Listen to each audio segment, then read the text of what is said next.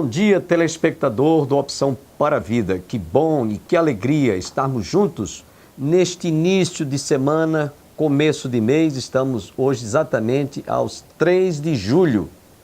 E o programa Opção para a Vida nesta manhã lembra a todos que celebra-se o Dia Internacional do Cooperativismo e também Dia do Operador de Telemarketing.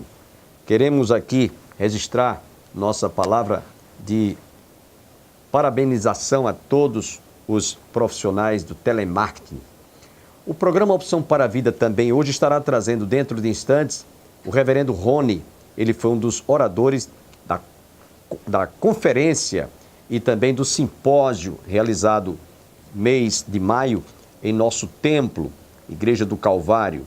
E ele hoje estará trazendo a primeira parte da mensagem que foi transmitida naquela ocasião. Quero também lembrar aos nossos estimados telespectadores que a Igreja do Calvário estará realizando no mês corrente, de 21 a 23, a 4ª Conferência Teológica. Esta 4ª Conferência Teológica, este ano, estará contando com a participação, como orador e conferencista, o presbítero Solano Portela. Este nosso preletor, especialmente convidado, é presbítero da Igreja Presbiteriana em Santo Amaro, em São Paulo. É um grande orador e também conferencista que foi especialmente convidado para estar conosco. Anualmente nós realizamos esta conferência teológica, considerando que nós estamos vivendo numa época muito turbulenta. O Evangelho hoje tem sido pregado para divulgação das boas novas do Evangelho, mas encontra resistência e dificuldades na proliferação e na proclamação do Evangelho em decorrência das chamadas teologia da prosperidade, teologia moderna e tantas outras teologias que estão sendo propagadas aí em nome do Evangelho, em nome das Escrituras Sagradas e, enfim, isso tem trazido muitas dificuldades para que as pessoas realmente encontrem a verdade, descubram a verdade. E por isso nós anualmente fazemos esta conferência teológica. Porquanto, você está cordialmente convidado, não esqueça, anote em sua agenda, de 21 a 23 deste mês, estaremos realizando a 4ª Conferência Teológica em nosso templo, para que estejam ali conosco, para que possamos receber através do 4º simpósio ou conferência teológica, melhor diria, aquela apresentação que será feita embasada na palavra de Deus. Portanto, não esqueça. Nesse instante, queremos fazer uma oração e em seguida você ficará com a primeira parte ministrada pelo pastor Rony, como conferencista que esteve participando do simpósio sobre a família. Mas oremos antes. Pai, muito obrigado por este dia, início de semana, começo de mês que estamos recebendo. Abençoe, ó Pai, a cada amigo telespectador que está conosco. Abençoe a cada família. Abençoe também os internautas que estão ligados conosco através do nosso programa no YouTube. Pedimos-te a tua bênção sobre cada telespectador, sobre cada amigo que está ligado conosco. Que nesta manhã, mais uma vez, a tua palavra, ela venha derramar luz em nossos corações, a fim de que possamos estar mais conscientizados do dever, das responsabilidades que nós temos para com a família. Rogamos-te agradecidos, ó Pai, todas estas bênçãos mais uma vez, em nome de Jesus. Amém. Fiquemos com a primeira parte desta mensagem ministrada pelo pastor Rony sobre o simpósio realizado em nossa igreja para a família.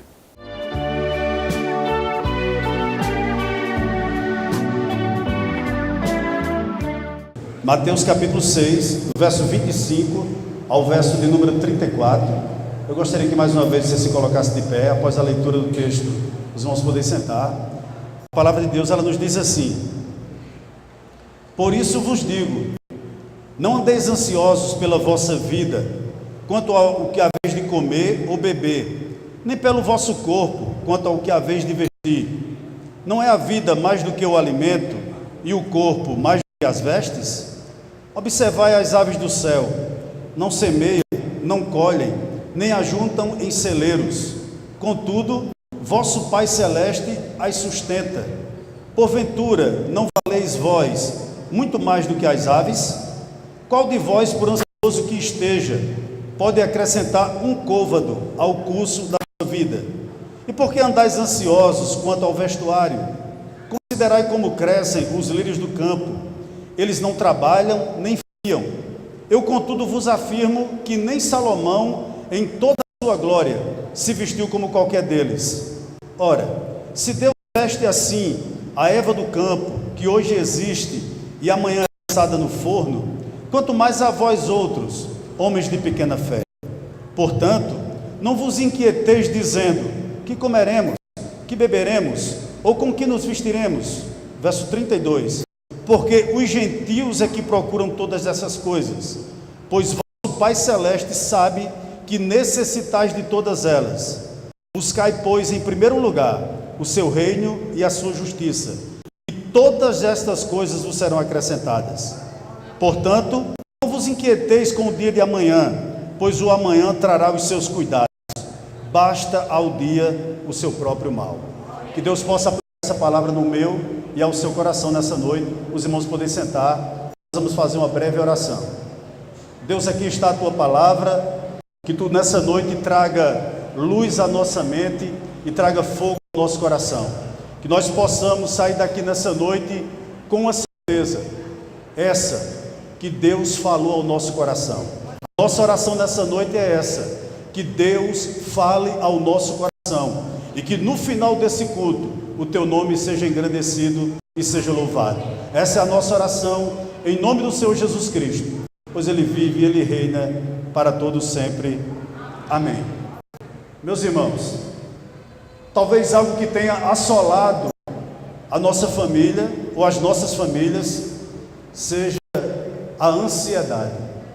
Eu não sei se você sabe, mas há um dado da Organização Mundial de Saúde que nos diz o seguinte: que mais da metade das pessoas que procuram os prontos-socorros sofrem de ansiedade. Mas eu gostaria de pensar com os irmãos nessa noite: o que seria ansiedade? Ansiedade é um pensamento errado a respeito de circunstâncias, de pessoas ou de coisas. Na realidade, para nós cristãos, a gente poderia definir ansiedade da seguinte maneira: ansiedade é falta de confiança no Deus que nós temos e do cuidado que esse Deus dispensa a cada um de nós. Então nós vamos pensar um pouquinho sobre isso. Nós vamos pensar um pouquinho acerca de ansiedade. E eu me fiz uma pergunta: por que nós vivemos ansiosos? O que nos leva a sermos uma geração tão ansiosa, tão preocupada com o dia de amanhã? Eu penso que pelo menos 3 coisas poderia dizer a nós por que nós ficamos ansiosos. Em primeiro lugar, pelas circunstâncias, os perigos, que nos cercam, os desafios da vida. Isso nos torna, creio que até naturalmente, pessoas ansiosas. Outro fator seria a amargura. Nós nos relacionamos e nos relacionamentos, mesmo no meio cristão, nós ferimos algumas pessoas e ao mesmo tempo somos feridos. Outra questão que pode gerar a ansiedade, e talvez seja a mais forte de todas essas 3, é a busca pelos bens materiais. Há pessoas que não conseguem ter o que nós podemos chamar de uma vida normal, porque eles vivem 24 horas por dia em busca de bens materiais, em busca de ter. Talvez uma coisa que defina muito a nossa geração é isso: nós somos uma geração que queremos ter, mas esquecemos de ser. Sabe, nós supervalorizamos as coisas em detrimento das pessoas. Nós pensamos muito mais em bens do que em pessoas. Talvez seja por essa razão que nós temos uma geração tão ansiosa. Se isso, essas 3 coisas, entre outras, nos faz ficar ansiosos, isso também traz consequências. Isso também traz resultados. Ou seja, o fato das circunstâncias, das amarguras, da busca por bens materiais serem os resultados da nossa ansiedade. Em contrapartida, isso traz resultados para a nossa vida. E quais são? Em primeiro lugar, a perca do equilíbrio. Se você é alguém que vive ansioso, você é uma pessoa que é, por um lado, levado pela esperança ou puxado pela esperança, mas pelo outro lado, as preocupações da vida lhe puxam para o lado oposto. Então nós podemos dizer que viver ansioso é viver rasgado ao meio. Talvez seja isso. O que também a ansiedade ocasiona em nossas vidas? O abalo da nossa fé.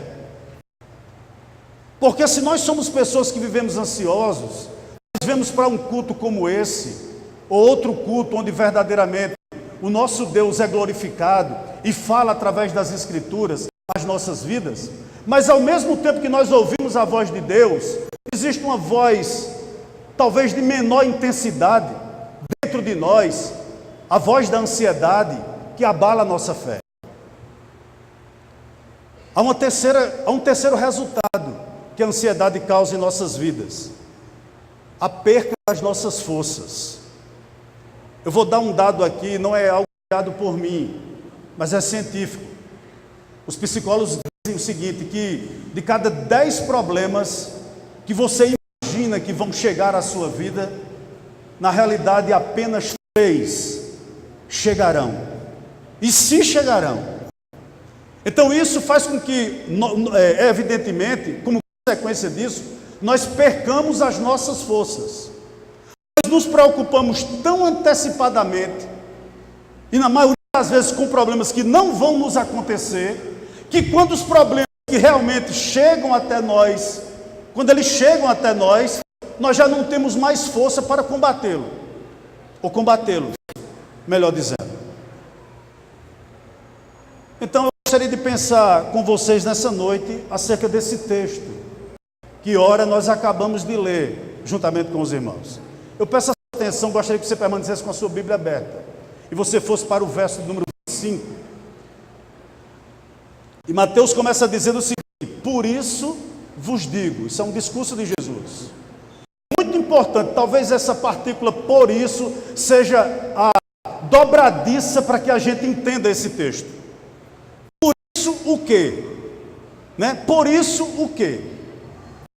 Se você voltar um pouquinho, se você for para o verso 19 ao 21, Jesus vai falar, por isso, ou seja, pela transitoriedade das riquezas, pelo que Jesus já tinha falado, o quão a riqueza é transitória, o quão para nós que somos discípulos, saber que nós podemos juntar todo o tesouro da terra, mas ao partirmos, nós iremos deixá-lo todo. Por isso, ou seja, em razão do fato da transitoriedade da riqueza, eu vou passar a lhes falar o que eu tenho a lhe dizer daqui a pouco. Outra razão, verso 24 do mesmo capítulo que nós estamos lendo, ou seja, pelo fato de nós termos um Senhor chamado Jesus Cristo. Ele diz o seguinte, olha, ninguém pode servir a dois senhores, porque ou há de aborrecer-se de um e amar ao outro, ou se devotará a um e desprezará o outro. Não podeis servir a Deus e às riquezas. No original aqui é mamon, ou seja, é o dinheiro sendo elevado à qualidade de ídolo. Então é isso que Jesus acabou de dizer. Pela transitoriedade das riquezas e pelo fato de todos nós que estamos aqui, que já nos denominamos cristãos, temos a Deus como Senhor da nossa vida, esse discurso é válido para nós. Atente para o seguinte fato: Mateus omite o que eu vou lhe dizer aqui, mas o texto paralelo de Lucas capítulo 12, verso 2, Jesus profere esse discurso só para os discípulos. Então tudo que eu vou lhes falar aqui nessa noite não tem nada para incrédulo. Há trechos na Bíblia, sabe? Há, irmãos, parte das Escrituras que não cabe para incrédulo. Tudo que eu vou lhes falar nessa noite é para quem é cristão. Essa palavra é exclusivamente para quem é discípulo. Exclusivamente para quem é discípulo. Exclusivamente para quem é cristão. É isso que Jesus vai dizer a partir de então. Então, por isso, verso 25, ou seja, em razão do que eu já lhes falei, Jesus diz: eu vos digo, não andeis ansioso pela vossa vida, quanto ao que haveis de comer ou beber, nem pelo vosso corpo, quanto ao que haveis de vestir. Não é a vida mais do que o alimento, e o corpo mais do que as vestes? Eu acho interessante que a primeira coisa que Jesus diz, na realidade, é uma ordem. Parece que Jesus está dizendo: não andeis ansiosos pela vossa vida. Para Jesus é um mau hábito. É um hábito nós vivemos ansiosos, né? E a primeira ordem que ele nos dá é isso: não andeis ansiosos, né, pela vossa vida. E muito interessante que ele nos dá duas preocupações legítimas. Me parece que os discípulos de Jesus estavam com preocupações legítimas, não eram preocupações imaginárias. Os discípulos de Cristo não estavam preocupados com um carro novo. Os discípulos de Cristo não estavam preocupados se eles iam ter uma casa melhor. Não. Eles parecem que o que inquietava o coração deles é o que inquieta a mim e a você que está aqui nessa noite. Preocupações legítimas. E ele diz o seguinte: vocês estão inquietos com o quê? Com o alimento? Com o vestuário? Ou seja, duas preocupações legítimas. Aquilo que vai manter a minha vida biológica possível aqui na terra. Todos nós que estamos aqui precisamos nos alimentar. Então a preocupação era legítima. Existe uma segunda preocupação: eu vou me vestir com o quê? Ou seja, aquilo que vai tornar a vida social possível na terra, aquilo que vai cobrir a verdade da minha nudez, o que vai tornar, irmãos, a minha vida possível no meio da sociedade. Eram preocupações legítimas, não imaginárias. Os discípulos não estavam preocupados com coisas supérfluas. Não, eles estavam preocupados com coisas reais, com preocupações que eu e que você temos. E mesmo assim, Jesus diz: tirem esse mau hábito da vida de vocês. Por quê? Será que aquele que não nos deu o maior não é suficiente para nos dar o menor? Eu vou repetir: será que aquele que já nos deu o maior não é suficiente para nos dar o menor? Se não, vejamos o verso 25. Olha o que ele diz no verso 25. Não é a vossa vida mais do que o alimento? E continua dizendo: e o corpo mais do que as vestes? Meu irmão, viver ansioso, para nós que somos cristãos, é um mau hábito. Por que é um mau hábito? Porque se você é uma pessoa extremamente ansiosa, sabe o que isso denota na sua vida? Que você não crê no caráter do Deus que você serve. Se nós vivemos extremamente ansiosos, nós estamos dizendo para nós mesmos que o trono que governa o mundo está desocupado. Se nós somos pessoas que vivemos ansiosos, parece que muitas vezes falha a nossa memória o texto de Apocalipse capítulo 5, quando João tem uma visão do trono de Deus, e na mão de Deus tinha um livro, né? Um rolo. Foi procurado no céu, foi procurado na terra, foi procurado no inferno, irmãos, alguém que pudesse desenrolar esse rolo, e não se achou. Mas a Bíblia diz quem? Que o Cordeiro de Deus foi lá e tomou o livro. O que aquele livro tinha? A história da minha vida, a história da sua vida, a história da humanidade. Então deixa eu dizer uma coisa aqui, talvez para lhe lembrar nessa noite: não desespere. O controle da sua vida não está em minhas mãos. O controle da sua vida não está nas mãos do nosso presidente da República, mas o controle da minha e da sua vida está nas mãos daquele que está no mais alto e sublime trono. Louvado e exaltado seja o o nome do nosso Deus. O trono não está vazio. O trono não está vazio. É preciso lhe dizer uma verdade nessa noite. Jesus não está combatendo ou refutando você projetar o futuro. Jesus não está dizendo que nós não devemos, por exemplo, pensar em termos um emprego melhor, ou pensarmos em prestarmos um concurso, ou estudarmos em um bom colégio para ter um bom emprego lá na frente, etc, etc, ou fazer uma poupança. Nada disso. Jesus não está refutando isso. O que Jesus está refutando nesse texto é aquela pessoa que vive diariamente sem oxigênio, pensando como vai ser o dia de amanhã, como será daqui a 2 meses, como será daqui a 3 meses. É isso que ele está refutando. Porque viver ansioso é viver sem oxigênio. Se você é uma pessoa ansiosa, você vive, irmãos, como se vivesse sem oxigênio. Você vive como se alguém vivesse 24 horas tirando o seu fôlego. É isso que Jesus está combatendo aqui.